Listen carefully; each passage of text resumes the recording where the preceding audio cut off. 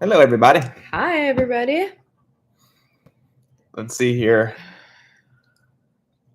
Yeah, so we are live to you guys from Annapolis, Maryland today. Welcome to our live stream. Hope everyone's having a good Saturday wherever you are. We have a lot of people that are rolling in already from all over the world, and that is so cool. Yep, so let's see. We got Hawaii, which is cool. A place I've always wanted to go. Never been. Thank you, Tessie, for super chatting. That's early. You got in there first. Thank you, Tessie. We have Norway, Australia. Pretty late over in Australia. Whoa, Australia. Ohio, Pittsburgh, Spain. That's cool. Love Spain. We had a lot of fun in Spain. Landlocked Dallas. That's Tessie. Landlocked Dallas. Chile. That's cool too. Virginia. All over the place today. Well, welcome, everybody. Should we answer Tessie's question maybe to start off? Even though... What did we all... Yeah, we'll start with Tessie's question. What do we all do work-wise previously to cruising life? Yeah, we both were accountants, go figure. We both were CPAs. A little embarrassed to admit we were, and we shouldn't be embarrassed. It's not an embarrassing thing, but it's just kind of funny. We're both accountants. We're both CPAs. Not like the movie The Accountant, if anyone's seen that with Ben Affleck. Not that exciting, but yeah, we both worked in New York City for hedge funds for a decade, and we did the exact same thing actually, because there's a lot of different things you can do within accounting, and we did the same thing. Yep. So we met in college actually in like an accounting class. Yeah. So accounting I was like society. I was 19 or so, and then we started dating since, and we did the whole New York thing for a decade, living in Manhattan. Yep. And now kind of that we're not doing accounting anymore, I think we've definitely come to realize that you probably should have done something like engineering. Yeah, I think I was in the wrong. It was sort of a forced fit for me all the time. I didn't like sitting in a desk chair for 18 hours a day. It kind of tortured me. So. And I actually wanted to be a literature major. But I was really concerned about employment. So I went with accounting, but I did all my electives in lit. So those are two kind of pretty different things, but it's funny because now I think about that a lot, and I think about how YouTube is kind of telling a story. So yeah. Yeah, so it's kind of the backstory. We had the boat since 2009, so we've had the same boat for a long time now, and we bought it as kind of like a summer vacation place to get away from the city, because living in Manhattan is pretty intense in the summer. It's pretty hot, and you need a place to get away. So we had the boat, and then we started spending more and more time on the boat, and got out of our apartments eventually in the city and lived on the boat for the summer. And then eventually we're like, well, let's just go sailing. Yeah. So when I first met Bill in college, he did not talk about boating. I grew up in Canada, so I had no real water access. But yeah, it took Bill a few years to kind of, he grew up sailing with his grandfather. His grandfather taught him. So he was kind of in college mode and stuff, and like career mode right out of college. And then it slowly kind of came back to him, his whole childhood sailing. And we got the boat, and yeah, he got me into it. So what else? We are now 17 years later. Do you want to jump into the main content? Do you want to keep answering some of the questions at the beginning as people filter in here? Let's maybe answer people's questions. It's always fun. Okay. Have you noticed any other liveaboards notice an average age increase or decrease of the community? It's still predominantly older people, I would say, definitely. I think over time there's more young yeah, I guess we started about 5 years ago. I think there's probably more younger people in the anchorages these days. I think a big change too with COVID, we're seeing a lot more people working remotely, and thinking about alternative lifestyles and maybe working from their boat. And I think employers are more open to that. So I think we have seen more increase. Yeah, it's hard for us. We're sort of off the beaten path quite typically. Like, we're not in the normal cruiser ground. I think if we were in the Bahamas this year, we would have a better pulse on what's going on. But because we're choosing destinations that are just a little off the beaten path, like no one sails from Mexico to Panama like we did. It's not a normal route. So, but I think generally speaking, you could definitely say that it always has been an older group. And when we first started, before we started cruising, we were still in the dreaming phase. We were really always trying to find young cruisers, and we had a hard time. So that's, I think, one of the reasons why, like, we've stayed friends with some of the younger people for so long. Like, we met Matt and Jessica of MJ Sailing years and years and years ago, and we were just so excited to meet people who were, in our age group. So yeah, I think since we started cruising, that's always been a challenge. But now, 5 years in, I would say it's There's definitely definitely more. I think it's definitely more now. increasing. And I think the other funny thing is like I think like the old days people used to have like SSB nets is how everyone kept in touch, like a ham radio net of all the Voyagers.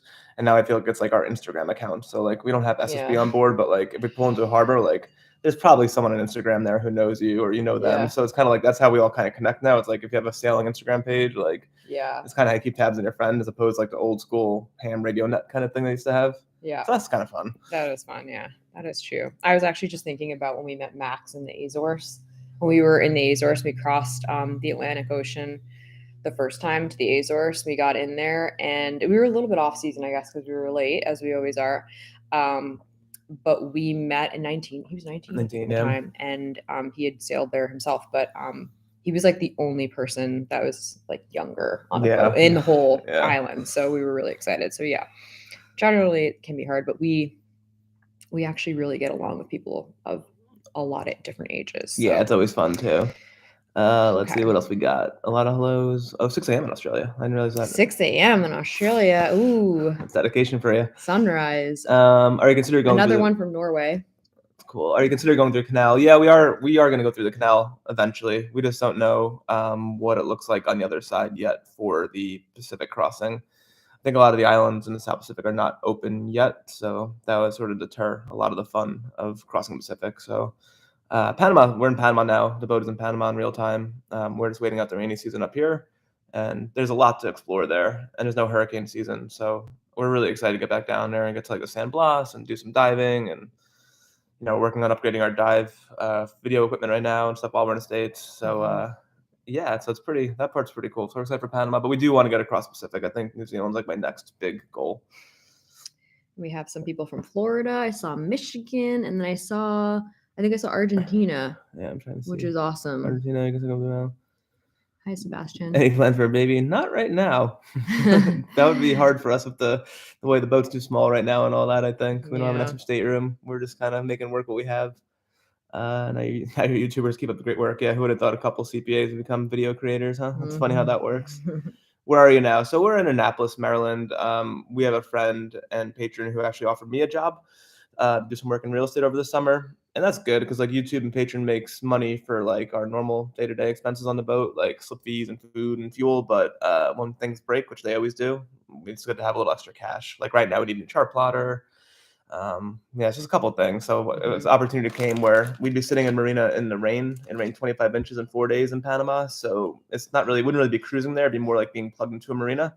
So when the opportunity came to come to a nice place in Annapolis, we have a lot of friends here and make some extra money. It seemed like a no-brainer. Yeah. And we haven't seen friends and family either. Like we haven't seen our parents in 2 years or something. No. So we've been catching up with a lot of friends from the States, making some extra money. Grace is still doing all the video editing though. So we have enough footage to keep going until we return.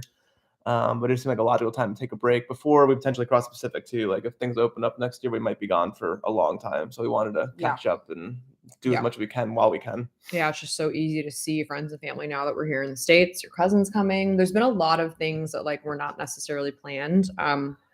Like my mom just came up from Arizona for the week, and that was so much fun. We're going to see my parents over Labor Day weekend. Yeah, we're going down to Charlotte, North Carolina, to see your parents. So yeah, it's actually been pretty busy, like in a good way. The time's it's flying by, yeah. And I think it's important to do because, if we do, the Pacific will be much harder to come back to the States from. So I think we're going to, once we start that, we're on a bit of a journey. So exactly, it's a good time to pause and reset and see everybody. And we also haven't been off the boat in 5 years straight. Like we've lived aboard full time. So it's making me miss the boat even more. Like I'm ready to go back. I kind of miss the lifestyle. I miss the boat too.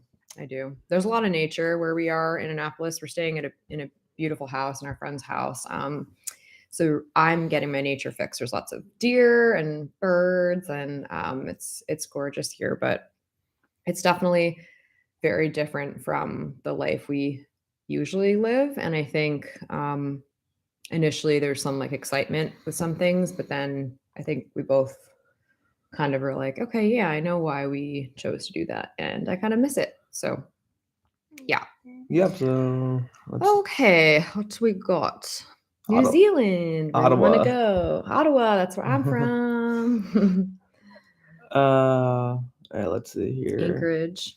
Oh, Samuel. Dr. Samuel Lyles. We know we'll see you in Indianapolis later, a couple weeks or something. Yeah. We're definitely gonna Greg, meet. yeah, I'm sorry they missed us. Patrons of ours, they missed it because their boat was broken. If it come, we did a patron meetup in Annapolis last week. That was really fun. Right. I'm Um, sorry, Greg. let's see.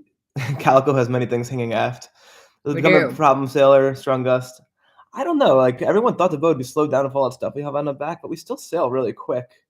I think the key is like having everything strapped down properly. Like I'm actually just editing the video, our passage to Mexico, and our which one of the boards, paddleboard or something, got loose. We were in like 25-foot wave zone. It was really extreme. But I think like we've gotten down like the system for strapping everything, securing everything. The dinghy doesn't hang from the back if we're in heavy seas. It goes on the bow. Yeah, so that's the majority of the weight. And we take the motor off for long passages. So it's really just that solar panel array and the kayak, which weighs like 30 pounds. Yeah. Yeah. So when we got our boat in New York, so Sabre is like a performance cruiser, very pretty lines. We bought the boat originally. We were much more focused on how she looked, and our davits that we got back in the day, we got originally to be able to fold in so that it didn't look obscene. And since then our like goals are like our focus has changed a lot. So we kind of adapted the system that we had. So that's pretty much why everything just like hangs off, because your only options really are to get an arch, which yeah, and we had things on the rail like surfboards and paddleboards, but it really does restrict the visibility from the cockpit.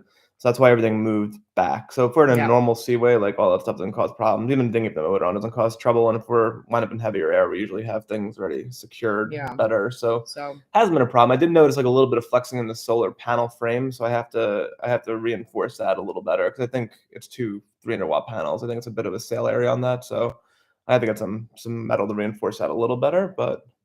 So far it's worked out, and we've already weathered a couple gale force weather with that system. It's been okay. So yeah. Thank you, Netherlands. Cool. India.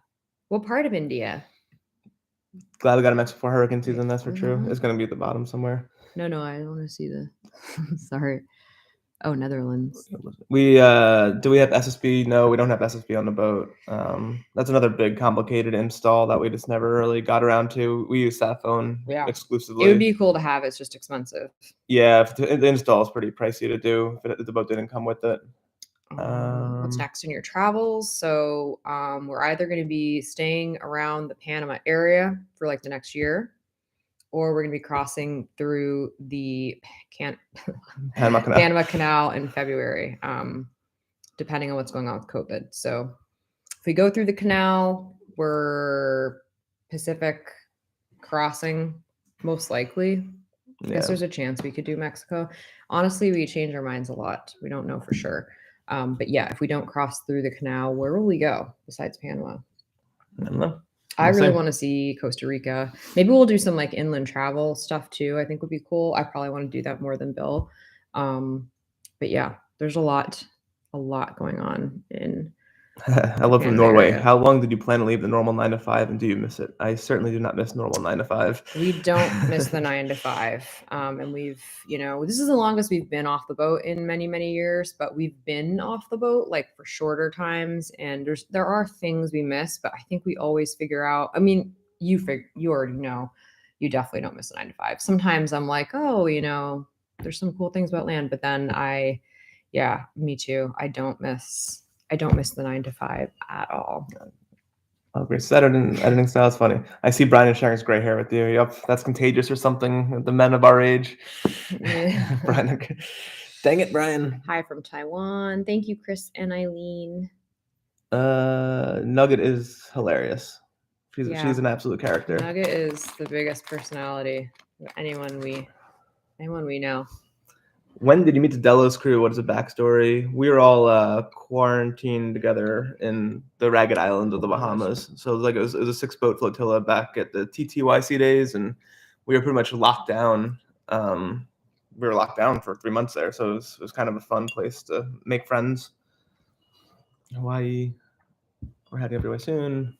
Yeah, so when we met Brian and Kaza, we were in an anchorage at like the very bottom of the Ragged Island chain. and we were locked in this 4-day windstorm thing, and there weren't very many boats down there. And Brian actually came up to us. We were on the beach making a bonfire, and he just kind of wandered over and was just like, "What are you guys doing?" It's actually Keelan in his messaging. Will said, "Come on over to bonfire." Oh yeah, And Keelan's no, on it was Keelan Will, is and it joining was us. Linda. Linda and Will are friends in sailing vessel Keelan. It were hugely integral in the Delos relationship. Because I was going to bother them. Yeah, because we didn't want to bother them, but Linda and Will didn't mind.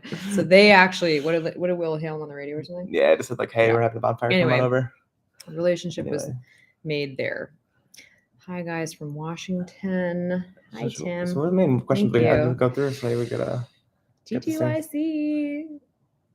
Okay. No, it seems like we've known each other for years. We really do get along very well. And I always say to people too, like, you know, we've quite a lot in common, but when you tack on like YouTube, it definitely, you know, is a huge relationship monitor because we're doing the same things. We're thinking about the same things. You know, it can be kind of hard to film around people who aren't filming or don't have YouTube channels. It's not hard, but it's certainly easier when people are used to being on film. Yeah, it's a little, I don't know, jolting at first when someone points a giant DSLR in your face with a microphone on. You know, if you're not used to that, like so. And we film a lot, so it's nice to have people who are always filming as well with us. Makes it a little bit easier. And we've learned so much from them. Like it's been, in that respect, it's been so helpful. So let's go through some of the other questions. How long will you keep cruising? Is this a forever lifestyle? That's a good question. So we used to say forever, like as long as we could. Now we say, you know, realistically, like someday we probably need to be off the boat. I love the idea of a simple home. I'd love to build my own simple home somewhere and have property and maybe have the boat docked or maybe not, maybe be on the boat half the year. Yeah, I think the answer is probably long. We're planning on doing it long term. Yeah. But as long as we can. As long as it's fun. But I think yeah, there probably will be a point, you know, we do see a lot of 70-year-olds out there doing it, but I think it will become harder as we get older. And we might want, you know, more of a break from doing that, I guess, like more of a break of that lifestyle. And there's a lot of things we kind of don't keep up with that we probably will have to when we're older, like more regular doctor's appointments and stuff. And yeah, like right now everything's pretty simple because we don't really have to go to the doctor that often. We just go to the dentist occasionally. But as we get older, there'll be more things catching up, and maybe family gets older and all that kind of stuff too. Like there might be some of that pull back too. So, but I think we'll always be a part of our life in some capacity, and I think the desire to not be living a typical life will definitely always be strong and will be a guiding principle in like how we. Yeah, I think after 5 years, I think we're changed. Absolutely. Yeah. I think like I don't think we're used to a regular traditional lifestyle anymore, and we definitely like alternative lifestyles. Yeah, for sure. But yeah, so I think it's a harder one to answer because there's just so many variables that go into it. You don't know what your future holds exactly.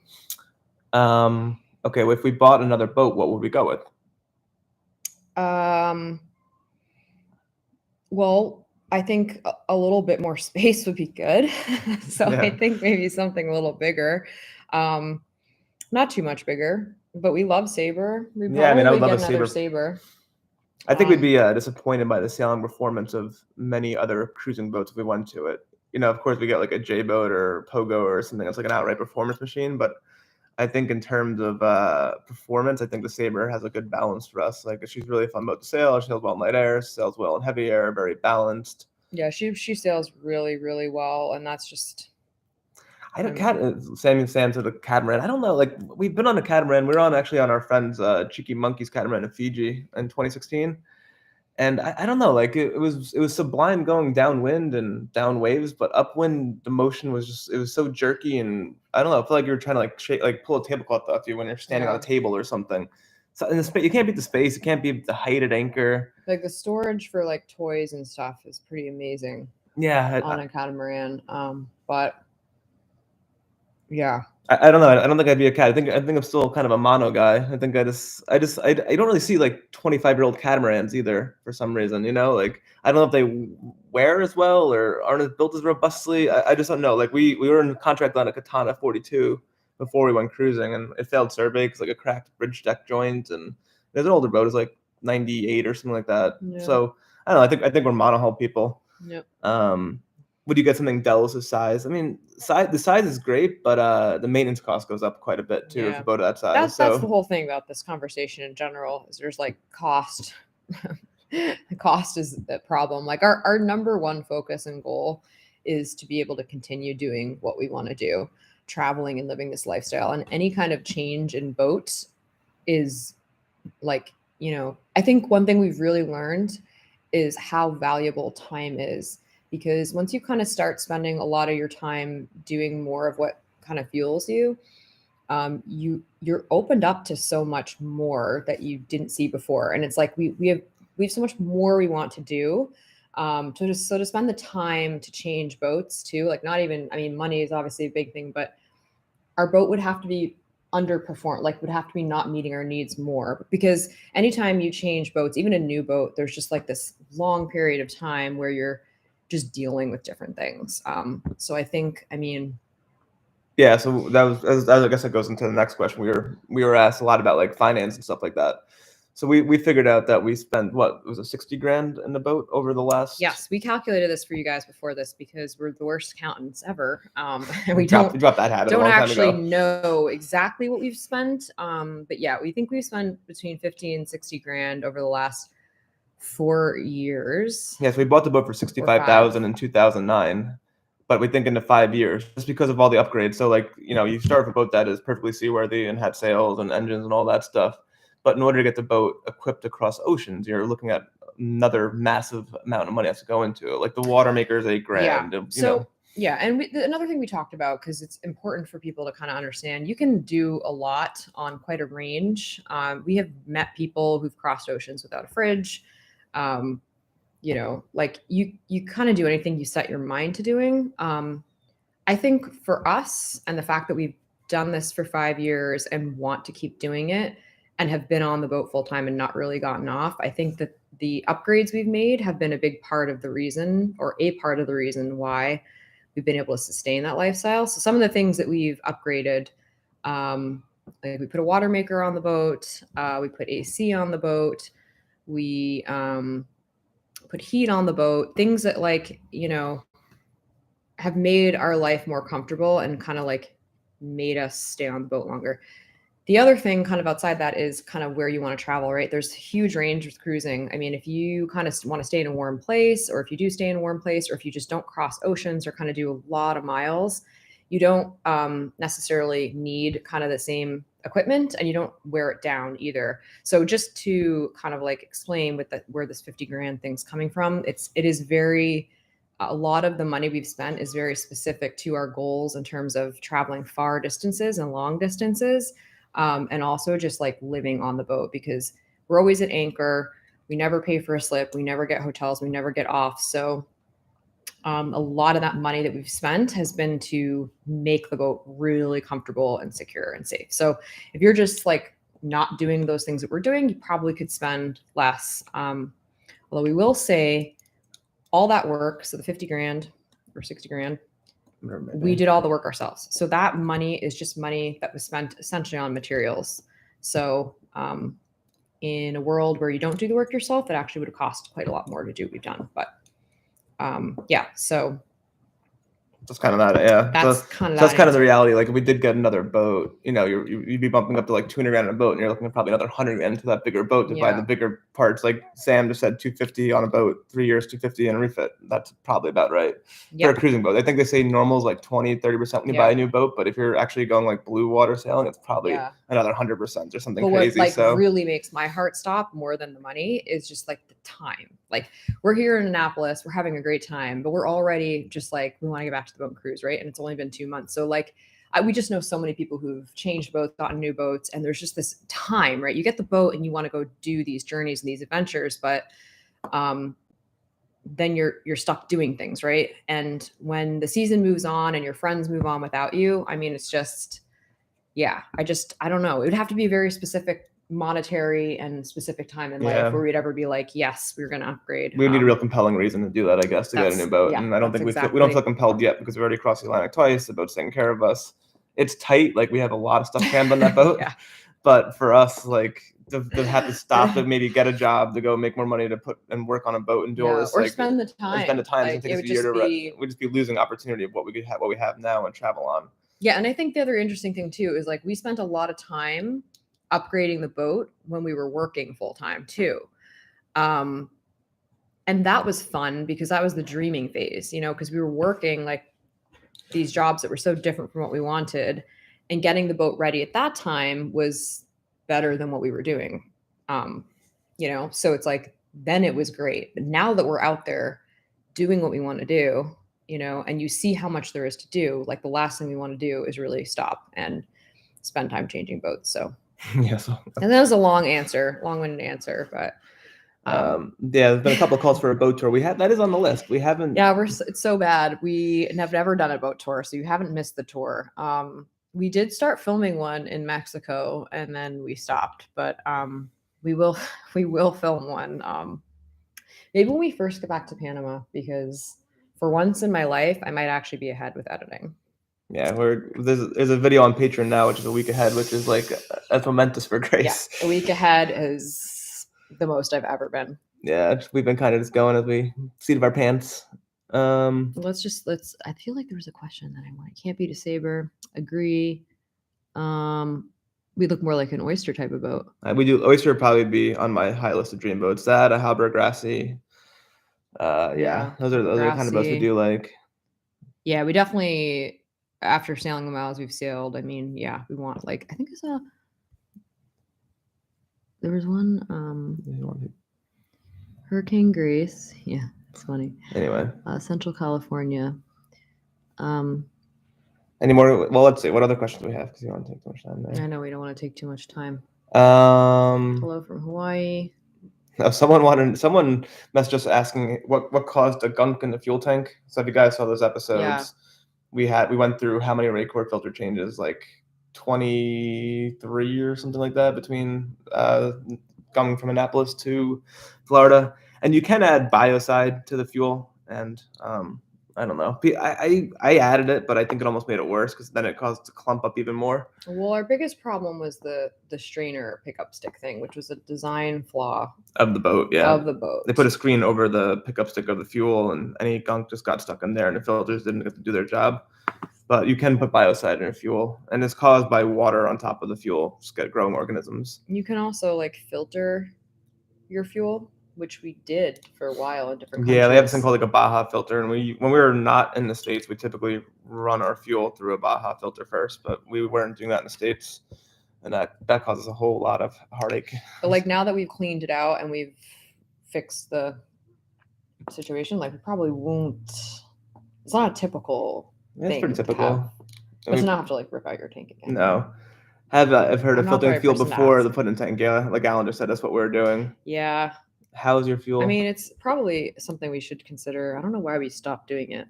Because me and Brian, were talking about, we were convinced the biocide is causing more trouble because it causes to get. No, yeah, I know. I mean, but filtering the fuel. When do we stop doing that? I know we really should be filtering our fuel, for sure. But yeah, that's something we have to get better, especially now that we're in Mexico and Panama. I'm sure the fuel quality is not going up from where we were in America. So and really, like, we don't use that much fuel, so it's, it's not like we'd be filtering.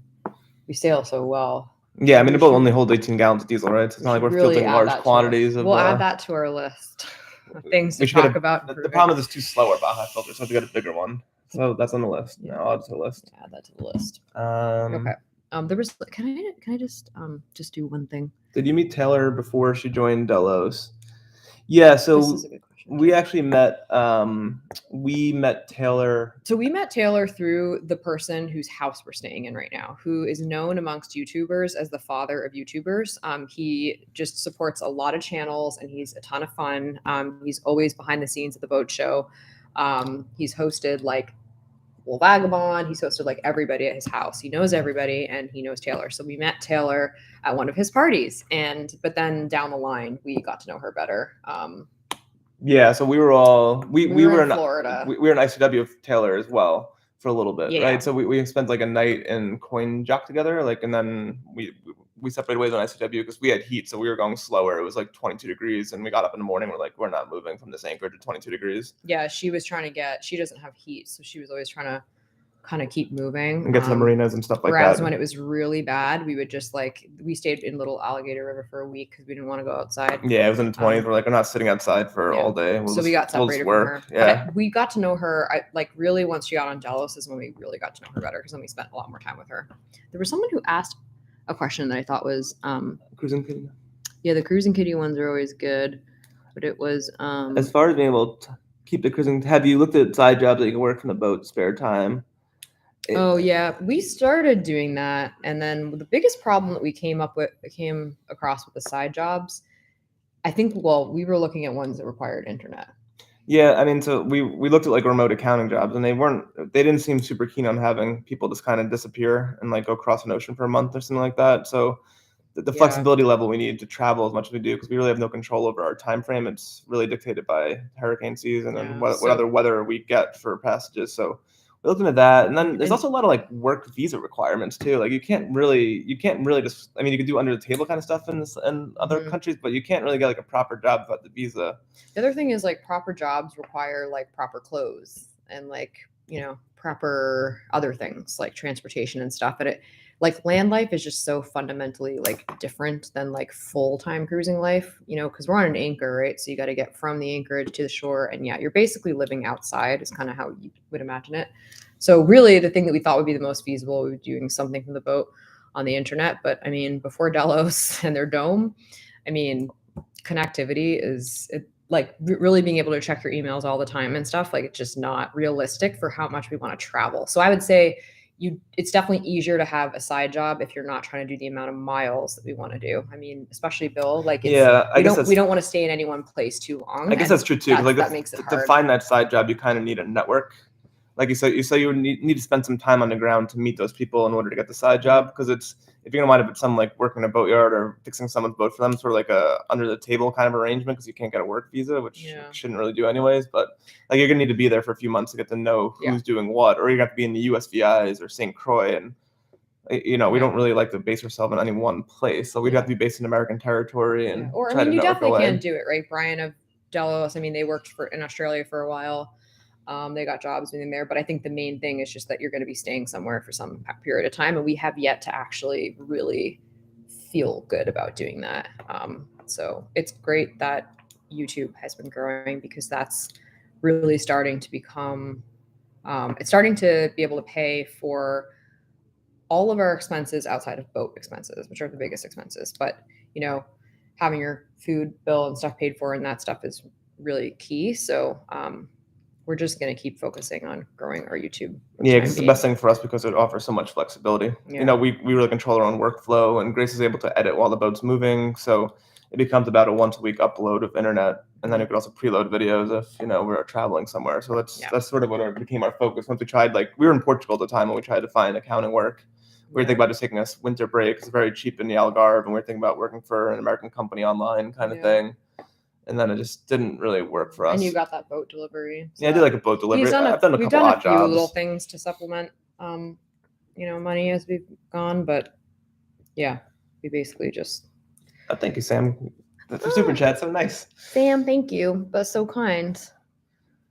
Speaking of net, does Delos that you use your Wi-Fi? Yeah, they're super generous people in general. But yeah, they totally. The problem with their Wi-Fi, though, is we can only connect to the dome if we're anchored on the starboard side, which it sounds like not that hard of a thing to accomplish, but it is. Like we're just always in an anchorage or a situation where we can't be on the starboard side. And then because they're both so freaking thick, you can't get the signal on the other side. But it's still fine because we can just go over to their boat and use Wi-Fi. I mean, that's their dome has been. We wouldn't have been able to be in the Bahamas as long as we were. Yeah. We'd have had to come back from the Ragged Islands because we wouldn't be able to keep working. So that was pretty key. That was huge, yeah. Yeah, vis-a-vis damp sometimes. And the other thing about the Delos Dome, it's only Atlantic Ocean. It doesn't cover the Pacific. So that's going to become something we have to figure out as well. Not seen any international sailing to UK waters.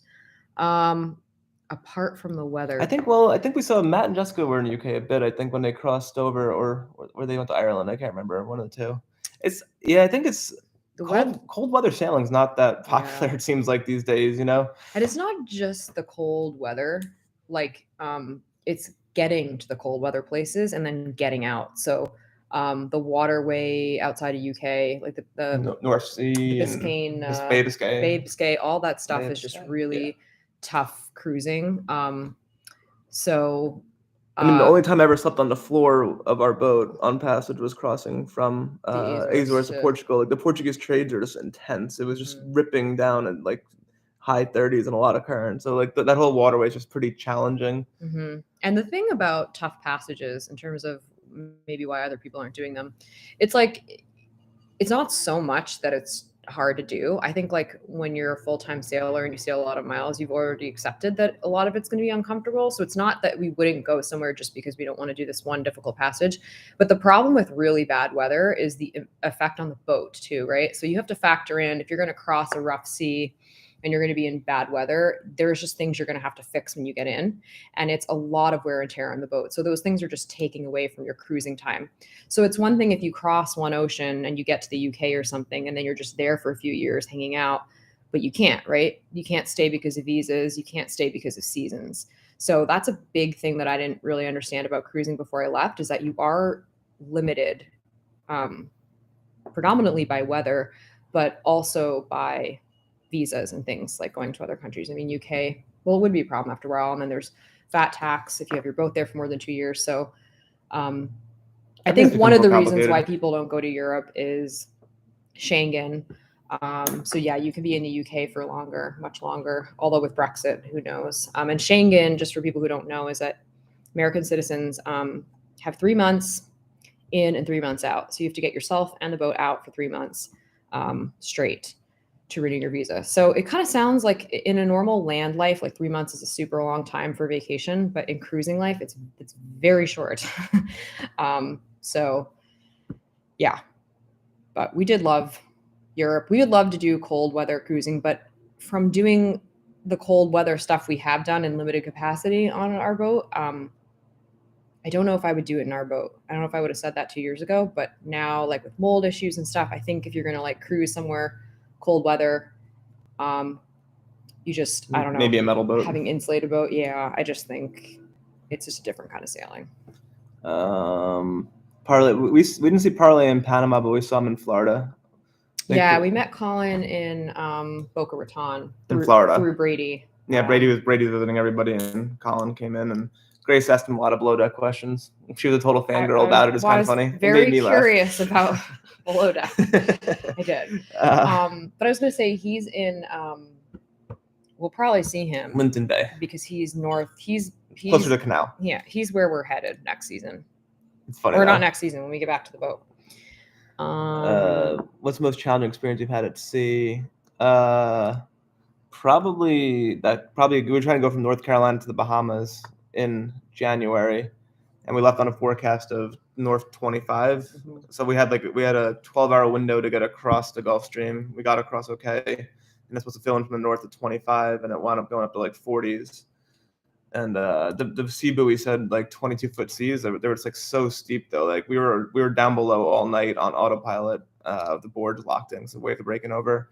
And we got up at dawn to go check on everything. And like I just looked forward and I was like, oh shit, because like the bow was like digging into a wave and just floated right up. But I must have been doing it all night. But it was scary. It felt like the boat could tip itself. It felt like we were gonna grab the bow and capsize. It was terrible. It was total survival mode. We've probably been in other storms as bad, but I think with that one too, it was on the back of a long winter season, like just trying to get out of the States. And that was the fiberglass year, right? Yeah, so we ripped that bulkhead out of the boat. So we got stuck we got stuck in Annapolis. We did all this boat work. I think I was sick. So it was like, it was just like this horrible storm. And then because of the storm, we didn't get to where we wanted to go to. So there wasn't even that silver lining. We got to Luther. We were trying to, where were we trying to go? We were trying to go to the Exumas. We got stuck in Luther, which we'd already been to, which was fine. But then our water maker broke right when we got there. So that to add insult to injury was like, and then the weather was terrible. So the whole package, I think that was our worst experience. Yeah, that was not a fun one. That that season was pretty tough. Like we had Yeah. I think we put a lot of wear and tear in the boat. We started in Spain, we went to Grenada, went to the Bahamas, we went all the way up to Nova Scotia, and then we got to Annapolis back in October, and then we decided to rip a bulkhead out and install a windlass and install a bowsprit. So we didn't leave until January, and then we got caught in massive gales, and so I think we pushed a little bit too much. That's why the boat is in Panama right now. We would love to go back up to Maine and Nova Scotia, but we realize being full-time cruisers, like sailing 10,000 miles a year, it's a lot of wear and tear on us, and we can't control a lot of it. Like things do go wrong and will go wrong, and you have to deal with it. So it's right now, since I have the boat like parked, and I'm sure things will be broken when I go back. But it's a nice place to start fixing it, figuring it all out, and getting cruising again. So we're just gonna stay on that little coconut run, I think, from now on for a little bit. Yeah, our friends on Keeling It are in Maine, and now this hurricane's coming.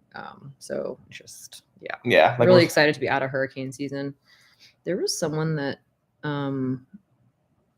favorite place we visited to date is the Azores for sure. Yeah, Azores are absolutely amazing. And then second to that, I'd say Nova Scotia. Yeah, we were in Cape Breton, Nova Scotia for a summer, and it was just like some of the easiest cruising, sailing on a lake, and you have an empty cove to yourself, and the water was warm because it was brackish and sun heated, and beautiful weather and great hiking, and tons of anchorages where you were alone, and berries. And yes, we have been to the BVI's. Actually, it's where we got our PADI certification. Oh, Fluffy Otter. Thank you, Fluffy Otter. Thank you, Fluffy Otter one. It is a great lifestyle cruising. We really it's a bipolar existence sometimes, but I wouldn't trade it for the world.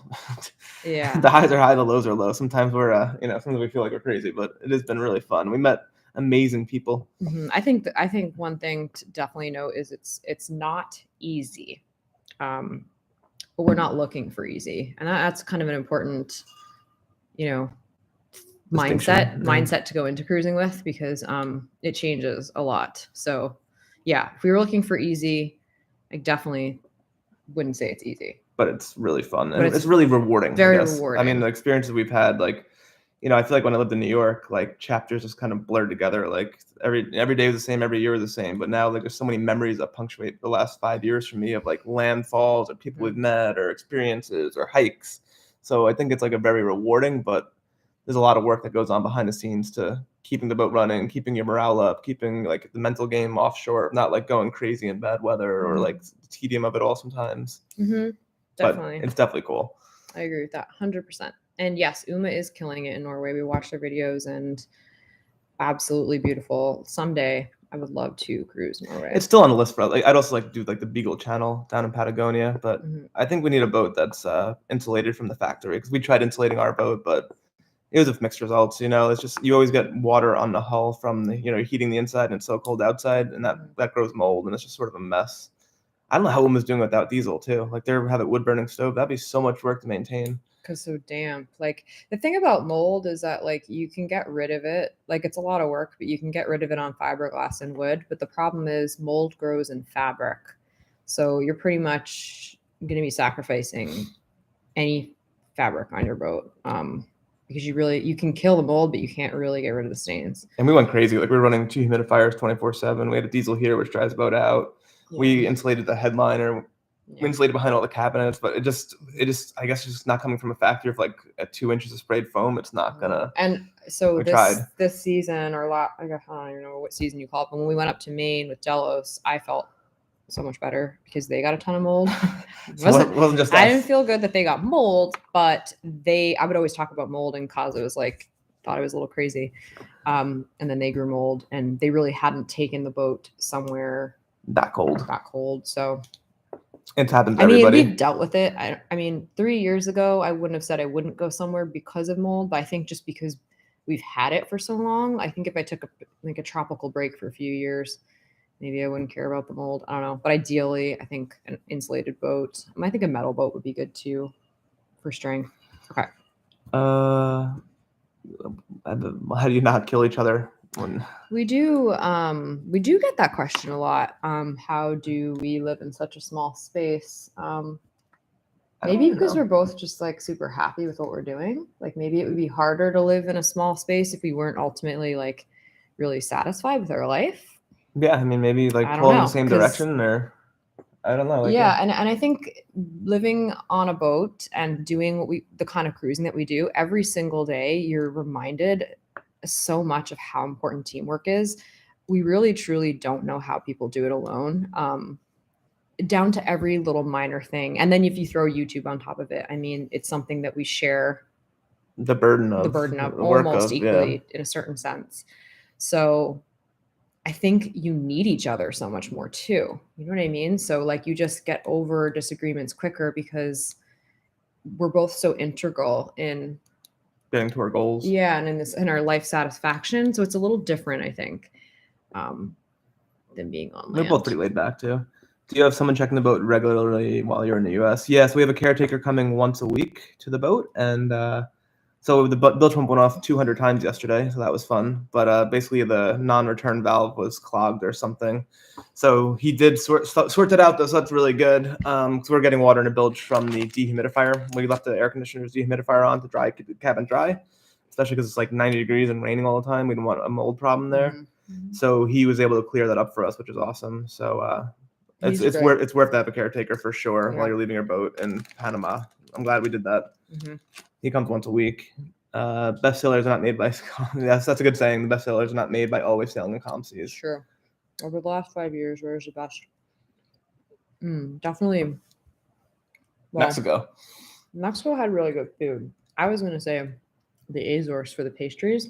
In Portugal, yeah. The pastries and the coffee in Portugal were obnoxiously good. I lost tons of weight on the trip, on the Transat over, because I was seasick for 17 days, sorry, and I didn't eat anything but like almond butter. And I gained it all back in pastries. Like 2 months because of the pastries. And they're so cheap too. But yeah, the food in Mexico is really good. We did that really good, that frozen meat we got. We were anchored on the border of Spain and Portugal. We were in the Guadiana River. And we went over to the Spain side and got some really frozen, what is that when you have ice crystals on something? Freezer burned piece of meat that I wanted nothing to do with, had no indication on it of what it was. Everything was in Italian, actually, it turns out. But Bill got this meat and we made it, and it's the best meat we've ever had. It was so good and so tender. We really just don't even know if it was beef or we never figured out pork, that one. But it was so good. So yeah, I think Europe, we had some really good food. And then Mexico was... Yeah, Mexico was amazing because the prices were so good. And the breakfast burritos, like, oh my God. Yeah. So good. Do cruisers go to Costa Rica these days? I don't actually know where people go in Costa Rica. I'd love to go, but we haven't really done any research on that as usual. Yeah. We're really going to see what happens this year, to see how it all goes. Yeah, if anybody knows, I really would love to go to Costa Rica.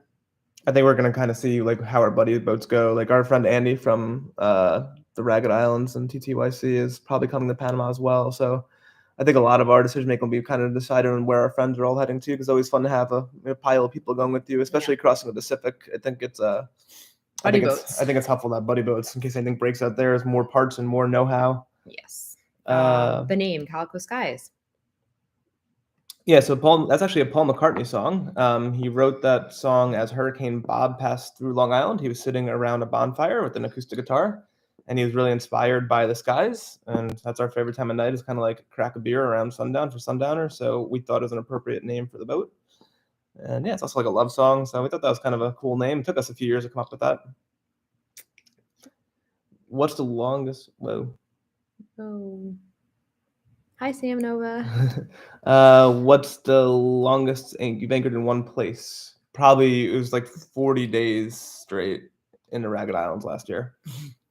But that's the longest by far. And that was a technicality because we moved to like an island that was like 5 miles away and came back. Like we were in that vicinity for 3 months. 3 months. But yeah, the longest purely technical answer, 40 days. Yeah, it was kind of nervous. Did you give yourself a timeline to stay sailing?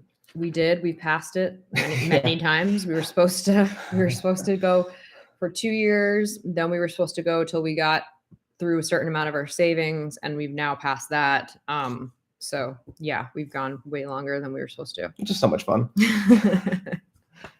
How was sailing single-handed? I kind of like from the Bahamas. So last year, Grace jumped on Delos to help with Sierra because there's no crew flying in and out, especially early on in COVID. I don't mind. I kind of like the challenge of single-hand sailing. It's kind of cool being out there on your own. It's like a really kind of chill thing to do. But when we broke the rig on that passage, and I was by myself, and that could have been a real handful if I wasn't closer to shore. I was luckily like 40 or 50 miles offshore at that point. I got this motor in, but if the rig actually fell down, I think recovering it would have been very hard by myself.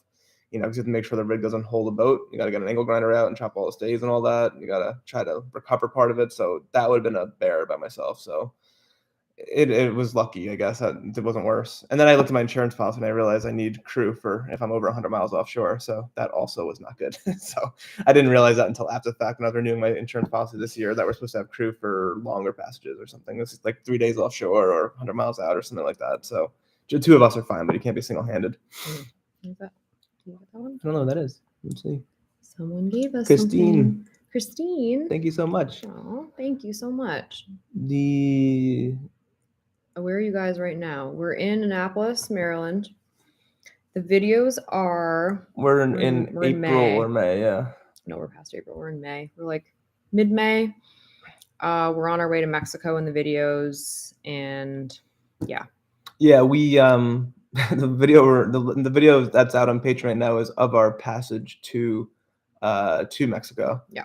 It's actually kind of a funny one because we lost the code 0. Like at the halyard, I put a new block on the port side of the masthead and 2 new shackles, and the shackle exploded just after we landed a fish, a wahoo, and the halyard actually dropped down to the mast exit and chafed and got caught in the mast.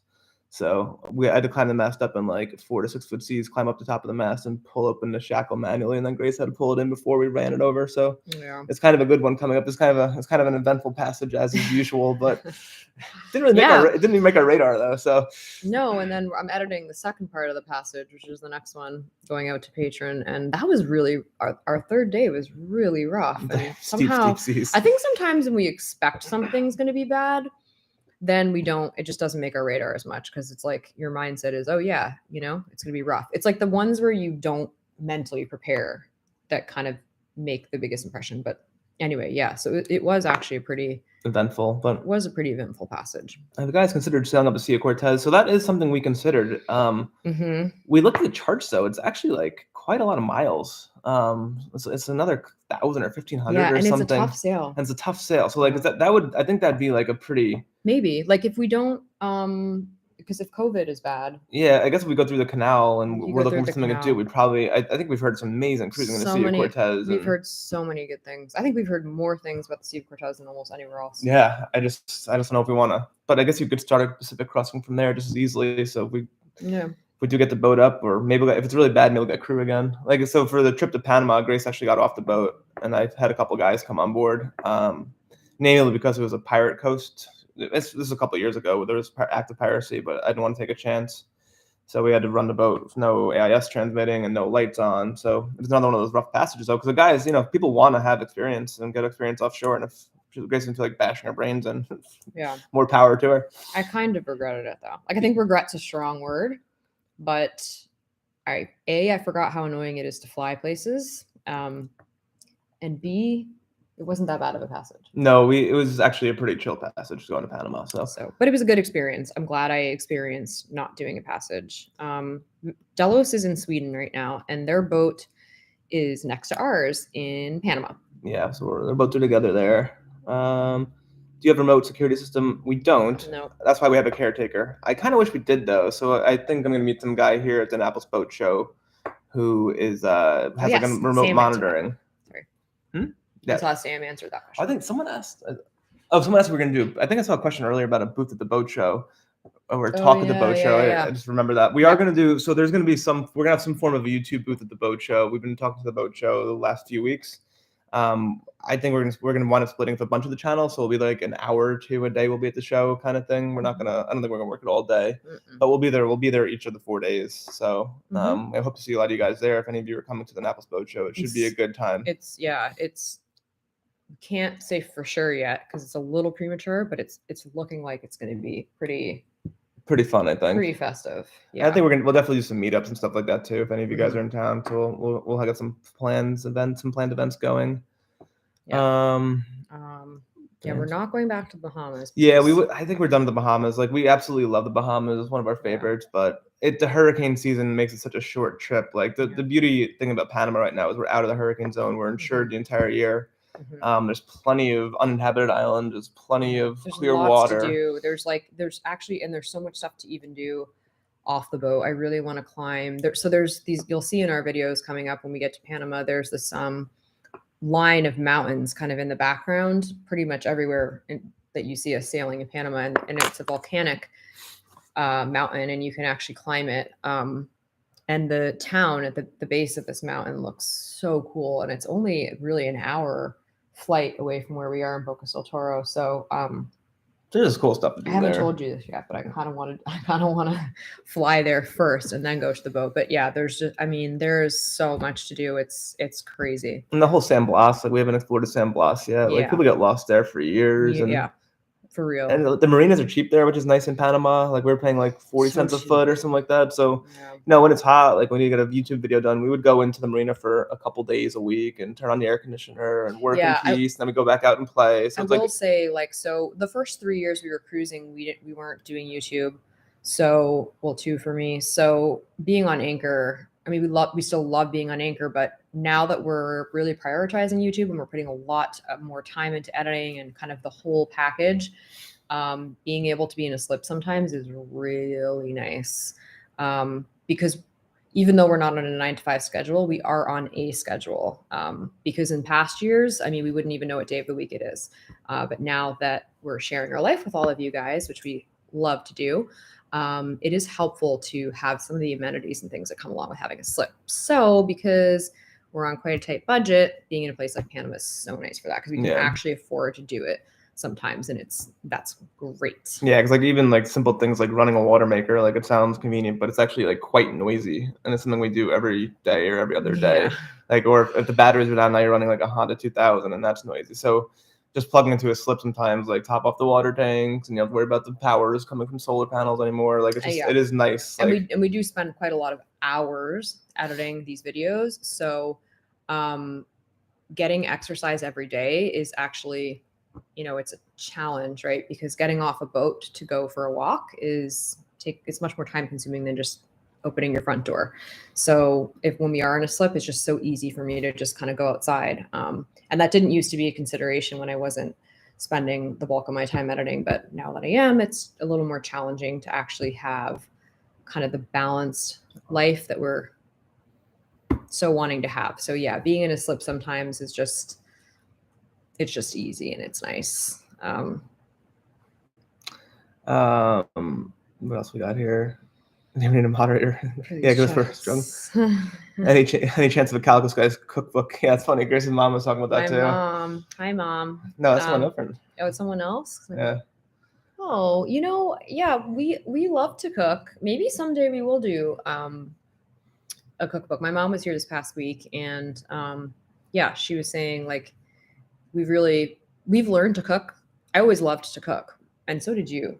But being on a boat, we've really learned to cook. So we just don't eat out that much. We don't eat out. We don't eat out, and we're actually at the point now where we're kind of snobby about eating out because we're so used to cooking just how we want it. Yeah, cooking just how we want it. So it's almost like necessity is the mother of invention. Like, you learn how to make things when you can't have them, and then you can learn how to make them even better. Do you each have your favorite thing on Calico Skies? Something you would say if the worst ever happened? That's a good question. I've actually thought about it. You probably definitely do. I've thought about that before. I don't know what I would take. My passport. Probably the hard drive.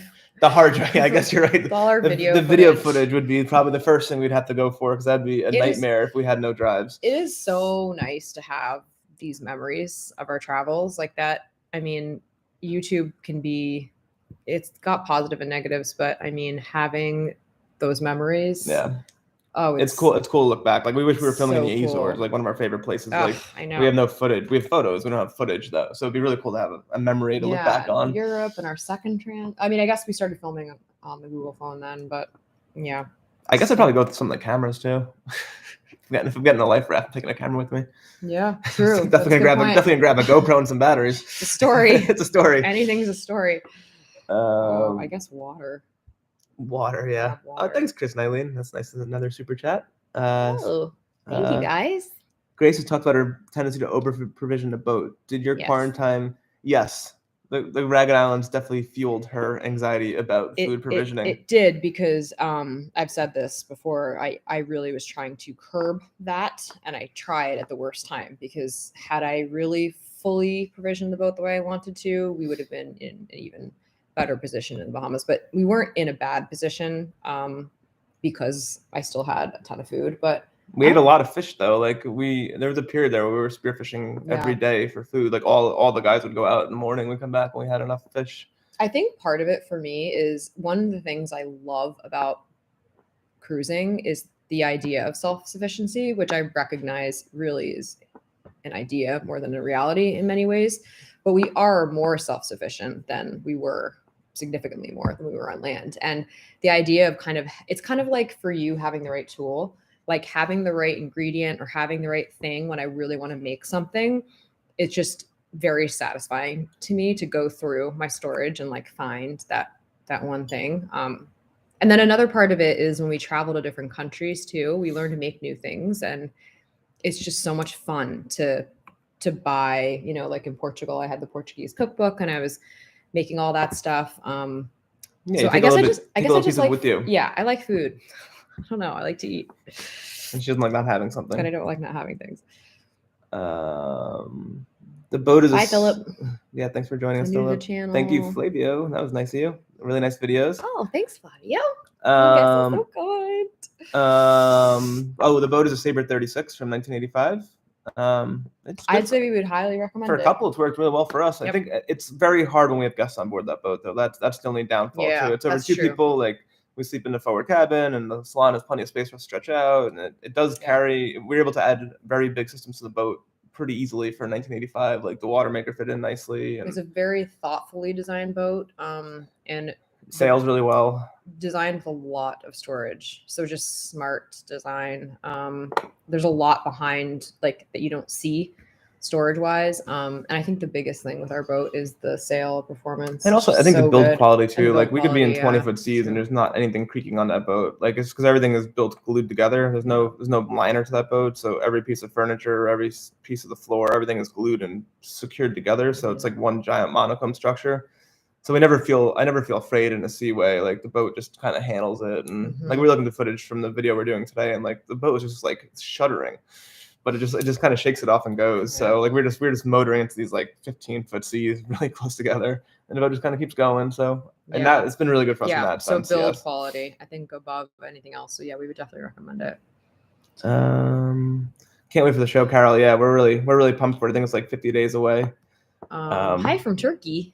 Okay, have you considered? Yes, we've considered the Hawaii Alaska route. It sounds great.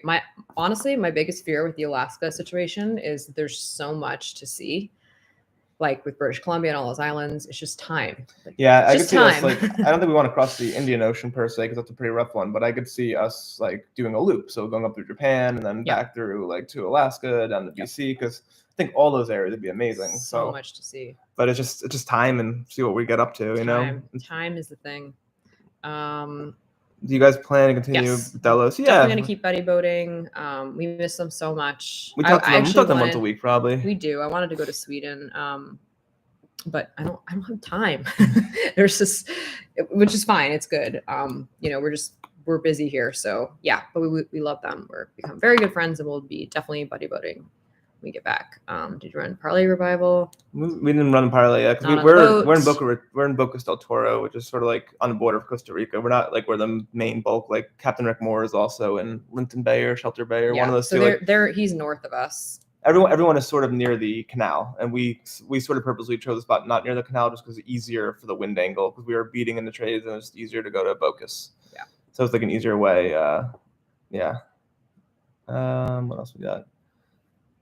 Hi, Tyons. Hi, Joe. If you ever think about getting a bigger boat, I mean, No, not really. we would, but the money is sort of Time. money and time it would take to upgrade the boat. It makes it more challenging for sure. And the thing too that the other thing is like most people don't have a lot of time themselves because people don't get a lot of vacation off, right? So it's actually easier for us to visit family than it is for them to come because Yeah, it's just It just how it is. You only have so much vacation. and we can't tell anybody where we're going to be at any given point. That's the other like, thing too. It's like you have to be so flexible, and we've done it a few times, and it's just it can be very stressful trying to get somewhere.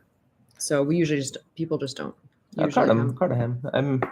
We met them in Annapolis, Cartaham, Killigrew. Oh, we did? Yeah, it was like last summer. Oh, remember? Hi, yeah, I do remember that. How's it going? Purchase a multimeter. Very satisfied. What project have you done that resulted in the ultimate smug satisfaction? Probably the air conditioner, because I just hate being hot, and it's amazing to turn that thing on. And it came out pretty good. Like once we didn't actually film all the trim pieces going back in, but like it actually looks like it belongs on the boat. So I've never really done any carpentry work. A lot of my stuff was usually like engineer did it, not like an artist. And the woodwork actually came out somewhat decent this time. It's not perfect, but like for me, I was like, wow, that's pretty good. I don't usually do carpentry, so when I look at it, I'm like, oh, that's pretty cool. It looks pretty good in there, and it works. So. And also, I think, wouldn't you say maybe our the setup with the code 0 and the pole and everything? Yeah, that was pretty cool too. Yeah, that works so well, and it's so satisfying. Yeah, because that code 0 is probably like one of our most used sails, and we can now sail downwind of 2 head sails, and the boat is so comfortable and locked in now. Which you'll see on our next episode. Like we got our ocean crossing. Like that was one of the takeaways from crossing the Atlantic twice. We went up just a jib and a main and an ASIM, and we were just rolling and rolling and rolling. Because like when you have a main and a jib, the boat they sort of like collapse and start rolling the boat in like this death roll motion. So reading some of the traditional like ocean crossing things, you want 2 head sails, and so now we have a staysail code 0 Genoa, and we could kind of work our way through a lot of the wind range and be very comfortable. And that took some time for you to really strategize how everything was going to work on the deck. Yeah, and a lot of engineering, like the inner forestay. I had to build, reinforce the bulkhead. I had to build a chain plate, so that was a good one too. Yeah, and we use it a lot. How long do you plan to hang with Delos? I think we'll be at Delos for a while. It's hard to pin people down, so I think we will be, but it's like everyone's plans are written in sand. It's like. That's true. But I think we seem to be pulling in the same direction typically and have similar aspirations. Just they always say like, I don't know, everyone's plans written in sand of sailors at low tide. That is true. Hi Swami. How's life since being Betty with Delos? Did you want to visit Canada? We did want to visit. Canada is one of our favorites. Yeah. Like Nova Scotia is amazing. We love it there. We would have gone probably last year if the border had been open. This year we decided we weren't doing the up-down thing again. It was just too much wear and tear on us and too much wear and tear on the boat. No, but our friends killing it. They're in Nova Scotia right now, and their pictures are killing me. Yeah, I love Nova Scotia. What are you doing now? To keep busy? I'm working. I have a job with one of our patrons. You're helping a lot on the house here too. The house we're staying in has needed some work, so Bill's been doing that. I've been editing a lot, and I'm actually over a week ahead. So patron video went out today. Yeah, went out today. And the YouTube video was out next week. The next one done. So I've been editing a lot and visiting family. So that's been a big one. Yeah, we're catching up some friends. Like Matt and Jessica live in Annapolis. Yep. We did a patron meetup. That was really fun. We had like 13 people come to the bar. So that was like really cool to meet people, support us, which we've never done one before. So that was fun. My mom was here. Your cousin's coming. We're going to see your family in a week. Yeah, I delivered a powerboat from Florida. I did White Marlin Open on like a big sport fishing boat, which I've never been on before. It's kind of a cool experience, like going on one of those, like a 48 Viking, like $1 million boat that burns like $1,000 an hour of fuel. Yep. Nothing I'm used to, but so we've been keeping kind of busy and doing interesting things. Exercising a lot, just being active, which we just like to do. Buddy boating with Delos is fabulous. Seems like sailing in the Pacific. Yeah, I can see us doing a loop. Yeah, I can see us doing a loop. I mean, we really want to get to New Zealand, but I also kind of feel like once we get there, we're gonna be there for a while for sure. And I kind of feel like we're gonna be doing a little less cruising. New Zealand, I think you buy a car in New Zealand, you tour New Zealand, and then you sell the car when you're done. I think is what we've heard. Yeah, so that I'm not in a huge rush to get there, so I could totally see. My biggest fear of cruising is getting bored. There's so much to do. Something's always broken. Like this is not something you expect, but like I spend a lot of my time fixing the boat. So I don't really ever get bored because there's always something going on. The weather's always messing with you. No. Passages, sometimes I get a little bored. Sometimes you feel like you're just kind of like. But the thing is, if you've done a bunch of passages, the feeling of getting bored on a passage is so welcome because of what that means. It means it's going well. Yeah, and you just relish that feeling because the alternative is such a real possibility. But yeah, we read a lot. I mean, now that we do YouTube too, we're a lot busier. So yeah, I guess that's true too. Like before, we were working like what is equivalent of a full-time job. I guess we had more time, but we never got bored because we moved so frequently too. Like when we weren't doing YouTube, we sailed like 10,000 miles a year. So like that's a lot. That's like 800 miles a month or something. So we were constantly on the go. So we couldn't really get bored, and we went to a lot of different places. Yeah, it's almost like we could use more time because you have like more time for hobbies and stuff too. Like there's just new things to learn, new skill sets that are. Yep, and new wines already. That sounds like fun. When do you plan to return to Panama? We will be going October. After the boat show. Yeah, so we definitely want to be here for the Annapolis boat show. I hope they don't cancel it. Right now looks like all systems go, but things are getting a little crazy again. Have we ever sailed past Delos on passage? Yeah, they always beat us in the end though. Yeah, someone said we have. So Brian will put on the engine too, which you can't tell from video. He tortures me. He does it on purpose. He knows I can't motor as fast as Delos, so he'll just like nudge it ahead of me, and then I'll try to catch up and nudge it ahead on me. So certain points of sail we can go faster than Delos, which is actually really impressive because that whole water line thing. So yeah. What do you guys really like to do when you're not sailing? I love nature, so I love to hike. That's probably my favorite thing. Just anything outdoors. I would say we both love to ski. We used to I call it downhill skiing because in Canada it's cross country skiing too. Yeah, people really do a lot of both cross country and downhill. So yeah, we used to ski a lot when we lived in New York. So that's what we do on our winter season. We like to dive. Yeah, we really enjoy that. You don't have to be sailing. That's our favorite pastime to do together is diving. Free diving, scuba diving, whatever it may be. Spearfishing. I love spearfishing. That's always a lot of fun. I could kill an entire day doing that. Yeah.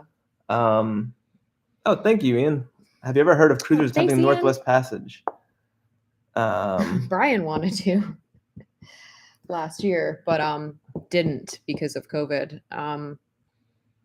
You can do it if you go at the right time. Yeah, so it was closed this year because of COVID. So there was really Canada's been closed in general, but they closed the Northwest Passage earlier because there's a lot of native communities that were that would have been at risk if with travelers coming through. So, but in terms of boat, you can do it in we probably could pull it off in our boat too.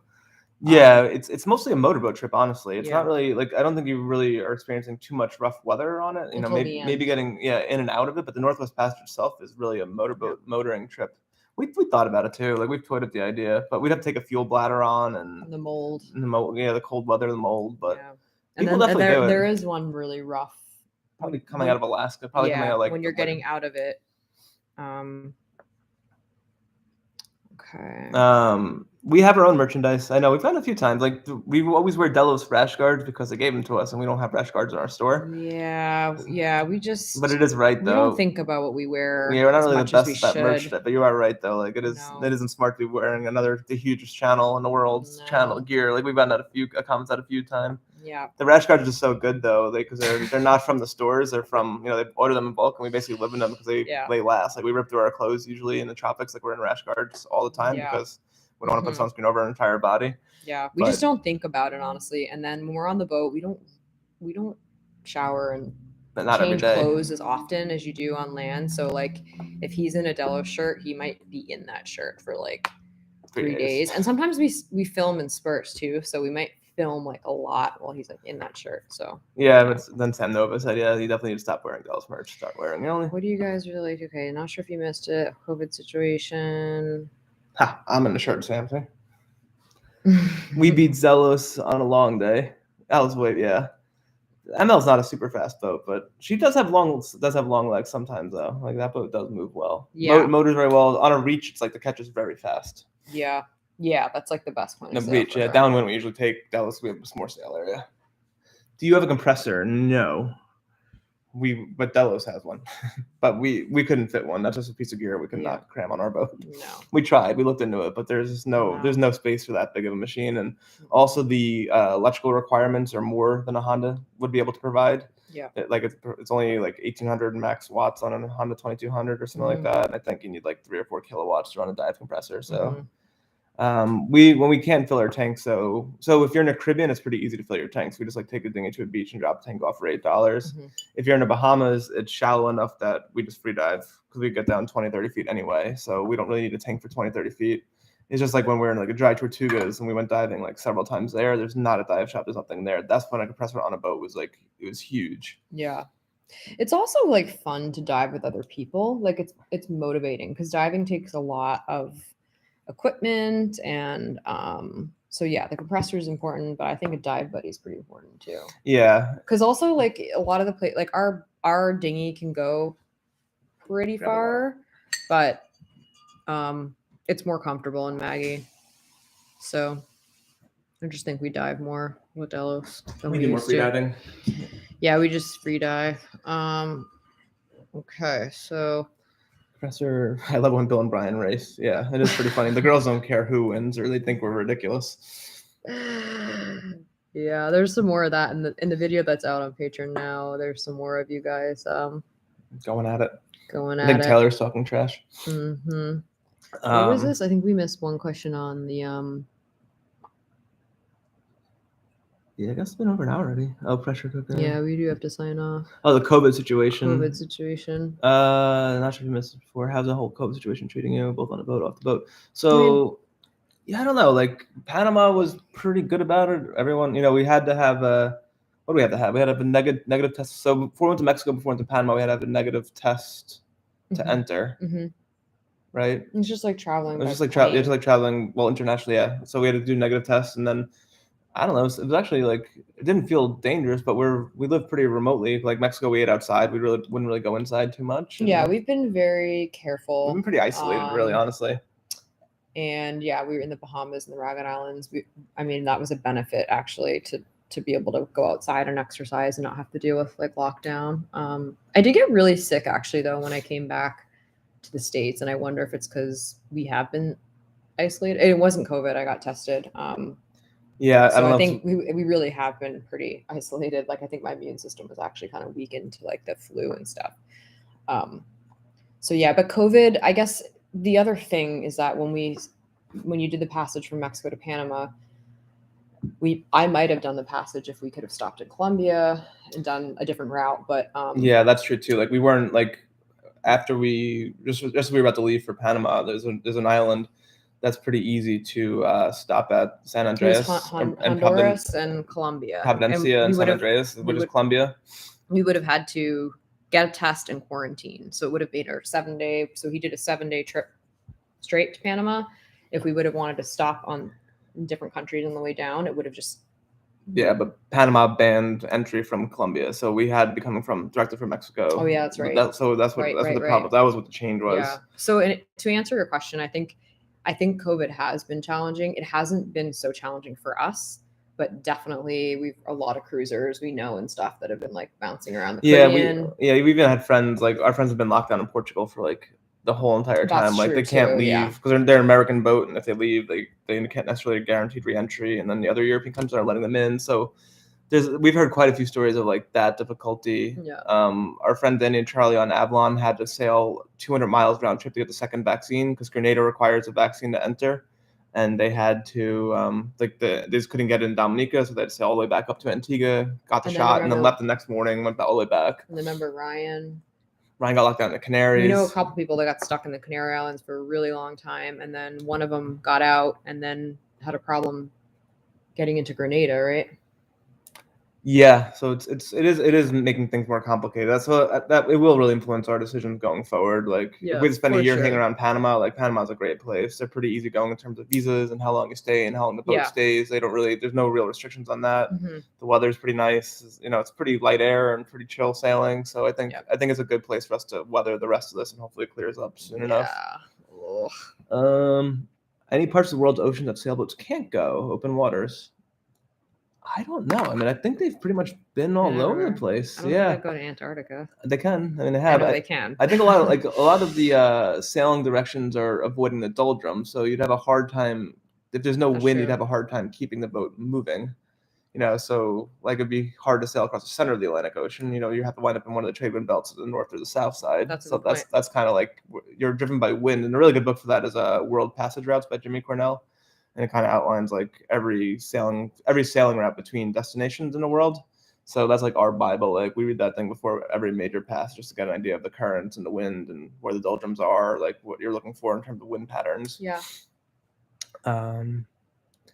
And I see about the hydrofoil on our little whaler. Yeah, we love that hydrofoil on the upboard, that fin we installed. That thing. That was a great. We got our buddy Brian, other buddy Brian had that for us, which is really cool. Red sky at night, red in the morning. I don't know if I've ever noticed a correlation between that red sky at night. I feel like we have. Have you? I don't know. We have, like, but not enough. I wouldn't say that with enough consistency to say that it's definitely a thing. But we have experienced when there's a red sky at night and then it's amazing the next day and vice versa. Enjoy the Delos relationship, but definitely think you guys have different take on things that make your own channel central viewing. Thank you. Thank you. Tech wise, what expensive equipment you use? In terms kind of, I mean, yeah, so when we first started filming, like if you've seen our old videos, we were filming on our Google phone, so we never really like went out and invested a bunch of money like all in one time. So over time we've accumulated camera gear, and I think the biggest investment we made was the GH, which we did last summer, the Panasonic GH5. We just sort of upgraded. Like when we first started, we weren't sure if we can keep going with it, and then it kind of grew and became more fun. And we also like learned a lot from Brian. We were in the Ragon Islands and kind of were able to play with their camera, and I think it was really motivating to be like, you know what, we really do have to spend some amount of money because there's just no editing that you can do to, and obviously you guys know this, to make up for film quality, and it just makes filming so much more fun. So that was like the first big and the drone too. We crashed a drone. We crashed a drone the first time arriving in the Bahamas. Like upon arriving in the Bahamas. Yeah, that's true. 2 years ago, whatever it was, we crashed a drone immediately. So now we have 2 drones. We have two because it's like they're so easy to lose. And I just think drones are. I think you need a really good camera, like you just do. But then I also think drones are kind of hand in hand. Like in my opinion, having the aerial footage just adds so much. It's just so cool just to film it and see it too. So I mean, I guess when we rip through GoPros, it does add up. But it's not like tens of thousands. It's like thousands of dollars though, I guess. You know, because like we probably have like 4 GoPros on board because you get the newer ones. You want like different features. You lose them. You lose them going diving. You break them. No, it's definitely an expense. We use the Osmo a lot now, which is a DJI action camera instead of like the GoPro. I think is like 400. But we got the GoPro 9. But we bought the GoPro 9. We came back here because it has a schedule. You could schedule a time lapse. Yes, that's true. Like that's a key feature for us. We have yet to do. We're not on the boat right now. But we will use. We figured it out as we went. You know, like we wanted to see if we wanted, before we invested in big cameras, we wanted to see if we wanted to keep doing this or not. We also do like photography a lot. So I mean, that's one thing we kind of justified spending the money on the GH. We were like, well, you know what? If we decide not to do this, we'll just and the drones too. It's just like, well, I have good cameras and cool stuff and we're done with it. Yeah. Let's see, different channels. Stuck in Tonga, yeah. Tonga, yep. Sierra is on all the time. Yes. Yeah, Sierra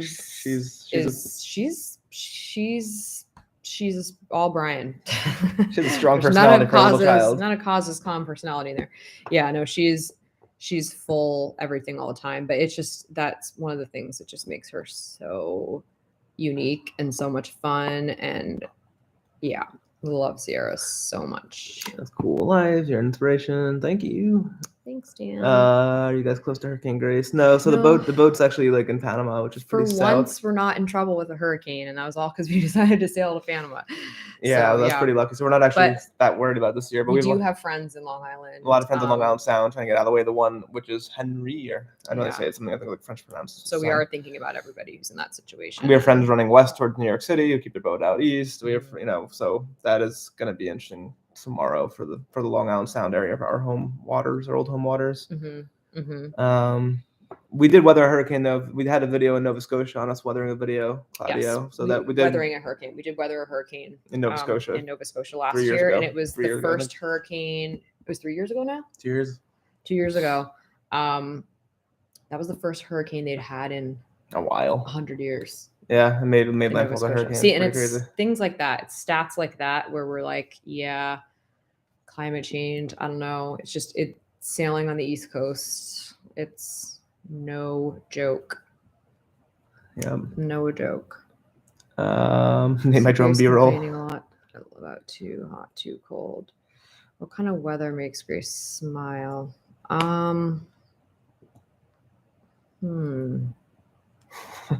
Whatever. You know, I get seasick, and when I'm complaining about cold and the heat and everything, I think I'm really just complaining about sailing in some way, shape, or form, in the sense that I just often really don't feel good.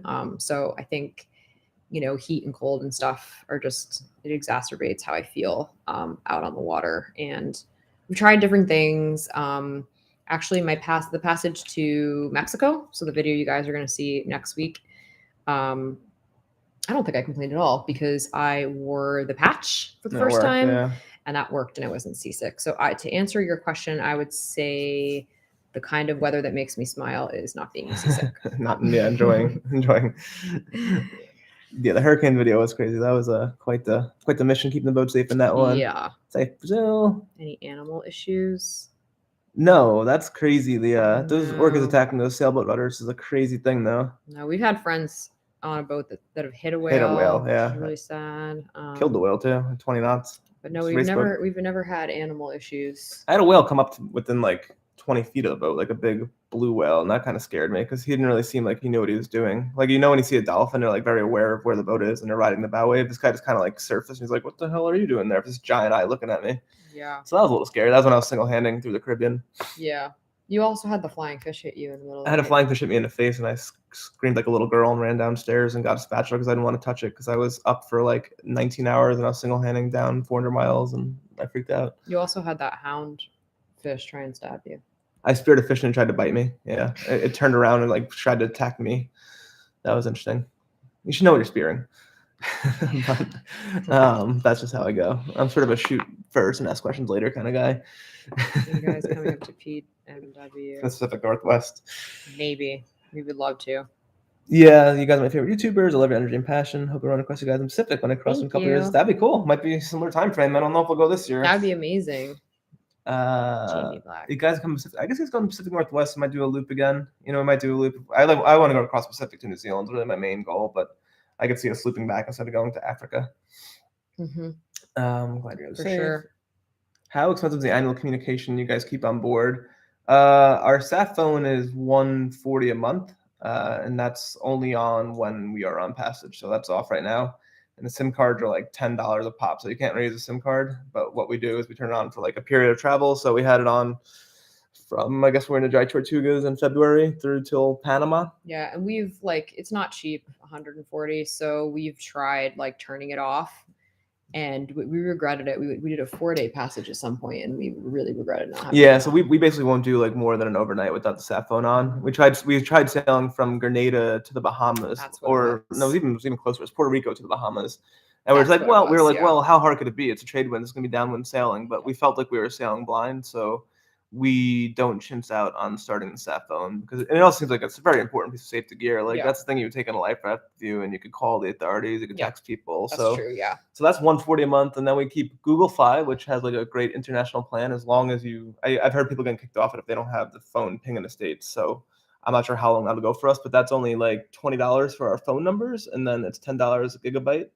Internationally high speed, and then it gets capped at like 8. But what we usually do is use that upon entering the country, and then we find a local SIM, and the local SIM is usually very cheap. Yeah. So like the Google Fi is like an eSIM in the phone, and then we have an empty slot that we use for the local SIM, and we can switch between the cards using what we want to use. Yeah, the States has like the highest expense in that respect. When you go to other countries, That's one thing we realized pretty quickly is that's actually really affordable. They have a lot of good plans and stuff for data in most countries. So that's what we do. We just got a local SIM. Yeah, because Panama was like $5 a week for unlimited high-speed data, right? That's what we're paying for those so each week goes. So it's $10 a week for us to have like unlimited. We can stream Netflix. Bahamas is really cheap. Yeah, Bahamas, and we also use a VPN. So we install this thing called like Surf Easy VPN on our phones and computers because sometimes like YouTube will kick us out. Like they didn't want us uploading videos from Panama for some reason. So we would log into the United States, or if you want to watch like HBO, you want to watch Netflix, and you want the whole American experience for your shows because there's different shows in different countries. So we use a VPN to enter into America, and then we can stream like the normal American Netflix or like HBO Max and all that stuff. So, and that's usually like, I don't know, that's like $20 a year or something like that. We pay for the VPN, and that's kind of our communication costs. What else? Thank you, Brian Borgman. Appreciate that. Thank you. Binge watching your channel. Worst moment was probably that gale. Sat phone doesn't have provision for data email. We primarily use it. You can't really make a call on the sat phone. It basically it's almost like it's worse than being on a VHF radio. There's like a 4 or 5 second lag, and then it loses connection to the satellites quite frequently. So it's a very painful phone call. You can, but it's pretty labored. But it's unlimited data and it's unlimited MMS messaging. So we send a lot of text to our friends. Like, so if I have something broken, I need one of my buddies to like pull a manual for me or something, or like go to a forum. Like I'll text back and forth, and that's all included. And the data is painfully slow data. Like it's like worse than dial-up, but it gets the job done for offshore. You know, we have communication still. The Dry Tortugas look so nice. And we skipped this one, which was what's your worst moment? We talked about our worst moment was just this horrible gale we were in. It was just extremely uncomfortable. I would say lessons learned, actually kind of in general from cruising. If there's like something you can imagine in your wildest dreams that could break, it probably will break. So being proactive and like doing things like far before they ever become a problem is pretty much a necessity. It's not even an option. So basically, you know, just always being vigilant about repairs and like keeping on top of things and really just using your imagination and trying to kind of picture how things could be to mitigate, like before you go on a passage, you know, anything loose, anything where you're like, oh, this is probably fine, or this is pretty good, or this most likely will be okay. Like at some point in time, it will not be okay. So yeah, I think that's something we've really learned. And also do things now. Don't put anything off.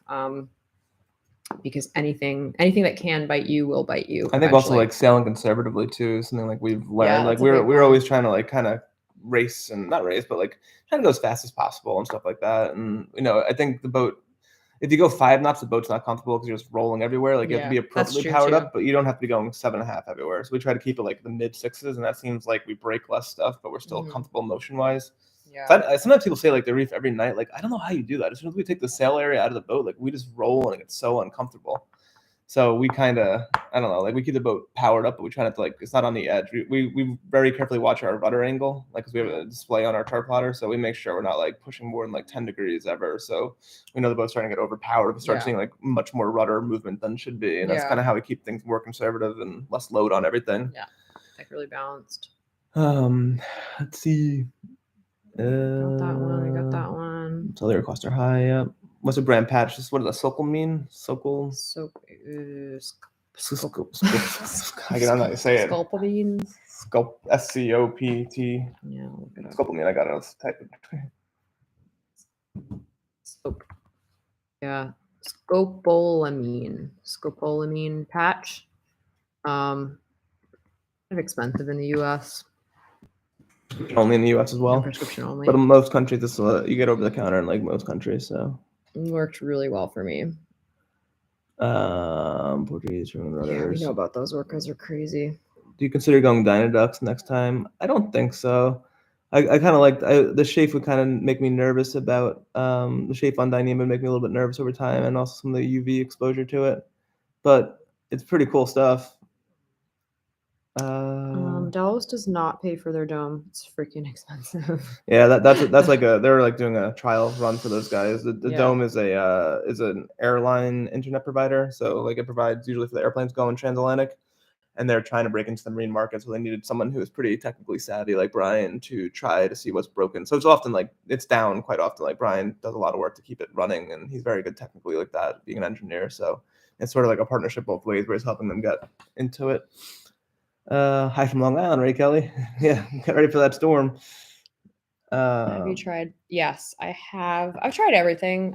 It does work for me, but I don't like taking like I have a sensitive stomach, so anything that I have to take like regularly, like every 8 hours or whatever, is just like annoying on passage because I don't really eat that much or eat that regularly. So I think with the patch, it's just the negative side effect with the patch for me was I had really bad dry mouth one time, which doesn't sound too bad, but it was actually really irritating. But I haven't had like a lot of the bad symptoms that people get. So for me, I think that one works the best. Yeah. Let me try bone in. Yeah. Well, we are at an hour and a half, which is that's a long time. That's a long time. Any more burning questions anybody has? I guess we like to talk, but it's so awesome. Getting all these questions, like I think they just make us think. And yeah. Exactly. Another boat, Viasat Dome in Annapolis. Interesting. Oh, I think it's like $30,000 a month or something, for the data plan. It's insane, those things. How big was that grouper in Dry Tortugas? The grouper was big. He was probably he was thicker than Brian and I. He was probably 5-6 feet. Like he's a little shorter than I was, but like he was heavier than I was for sure. I'd say he's 5 feet. Yeah. And it was intimidating. For me, not for you. The to-do list? The to-do list for the boat is our depth sounders out.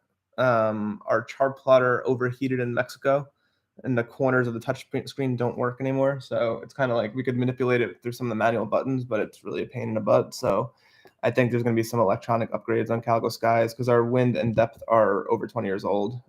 They're still running out of old Namiya 01A3. So while I'm in States working, I figured it's a good time to pick up some new transducers. So probably, replace the wind sender, replace the wind, the depth, and also get a new chart plotter.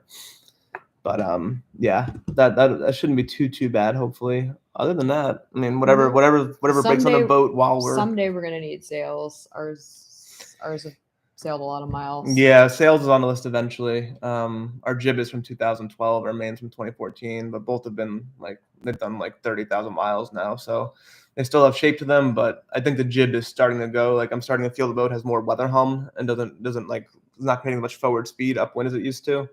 I remember when we changed the sails back in 2012, we could feel the difference in the boat. It was steady on our feet, and now I think the jib's getting a little blown out after all these ocean miles. You can't really ask. That's almost a 10-year-old sail. That's probably at its end of its service life. You can't really ask for much more than that, No. So sails eventually, but they're okay for now. Yeah. We have the new staysail, new code 0, so just the ASIN's in good shape. So it's really just replacing the 2 white sails. But yeah. Okay, so what do we? Hello from Tennessee. Hope to see you guys out there. Must feel cramped that time. We really don't plan that much at all. So definitely not long term. I'd say per season to Little Bully. Yeah, even per season, we don't know what we're doing. We go to Panama in October. It's we sort of kind of go with the flow. Whatever seems fun. A big part of it's where our friends are going. We like having a buddy boat. Just because I don't know. It's so weathered. I think the longer you go in this, the more you just let the weather. You just submit to the weather. If the wind is blowing a certain way and it will make passage pleasant, then you go there. If the anchorage is good for that wind, then you go there. So it really pays to be super flexible. And that's what we do. 2 Titty Yacht Club, not on camera. Oh God. It's probably quite a few of those. I know. A lot of dance parties in Avalon. I mean, probably the night that Jara, we were with Connor. Oh, and we went raiding boats in the middle of the night. We were having a dance party on Avalon one night with our friends that we had made in the Bahamian Defense Force. So it was the 3 Bahamian Defense Force guys. They're the 3 young guys who they were basically in charge of the island, and they were supposed to be there for 1 month, and they got locked down for 3 months because it was a hardship. They lived in a BTC cell tower building, and no AC. No AC. Young guys, really bored. But anyway, so we became friends with them. We had them up at the boat. So we had Angie and Charlie were hosting a party. I think And Charlie hosted them in general, and then and then Ada was there that night, and Connor was trying to get back at Ryan for something, so he jumped on their boat, and they were sleeping and scared the crap out of Jera. Well, he was also naked. Yeah. And so they went running through the boat, everyone screaming, freaking out. We leave, like it was like a raid, like a scary raid. And then we're reporting on Andy's boat, and they come back 2 hours later. Yeah, so we went back to Andy's boat, and we were just dancing and had the music up pretty loud. And then Ryan and Jera got in their dinghy and basically were circling the catamaran. We couldn't see them. Quietly. Ryan's an ex-Navy SEAL. And then they ambushed us, and I'm pretty sure Jera was wearing her bathing suit. Her mankini thing. She was wearing the Harry Borat chest thing. And they scared the crap out of the Defense Force guys. Ryan had his... Do we have that on film anywhere where he's wearing the coconut? He made a coconut bikini. A coconut mankini, and the Canadian Defense Force guys were just like, what is wrong with you people? What is going on here? This is very strange. So that was a story. Yeah, so that was fun. We had a lot of crazy, it was very frat house so we had a lot of fun with those guys. Two-footitis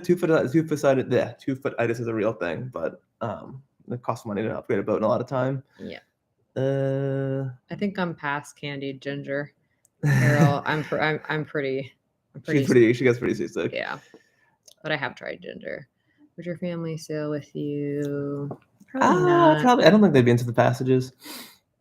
We're gonna go with B&G. The boat is B&G, and we like the interface of B&G. It's been pretty good to us. We like all the sailing specific software, and our radar dome is B&G, so we have a 4G radar, so we're locked into that because that's proprietary. Maybe it's all new Namiya 2000. We will be doing Namiya 2000. Yeah, that's part of it. I don't want to. It's all old 0183 stuff. We might as well get the new transducers, and we go into the Pacific, and the wind center is 20 years old. It's gonna fail eventually. So we might as well get new gear on while we're in Panama, and while we're here in the States, we could buy it. When will you haul out next? We have to haul out for an insurance survey before next June, I believe. It's been 5 years, so they're requiring you to do that. It's hard to get insurance these days, but we've been lucky with IMIS, and we have worldwide coverage right now, which is hard to do on a 30-year-old boat. But the one thing they said when they renewed is they want an out-of-water survey next year. So that's something we have to do. But we are due for bottom paint, because it'll be 2 years at that point anyway. So we'll haul it either sometime this fall or sometime in the winter and get it surveyed and take care of the bottom stuff we need to do. Mm-hmm.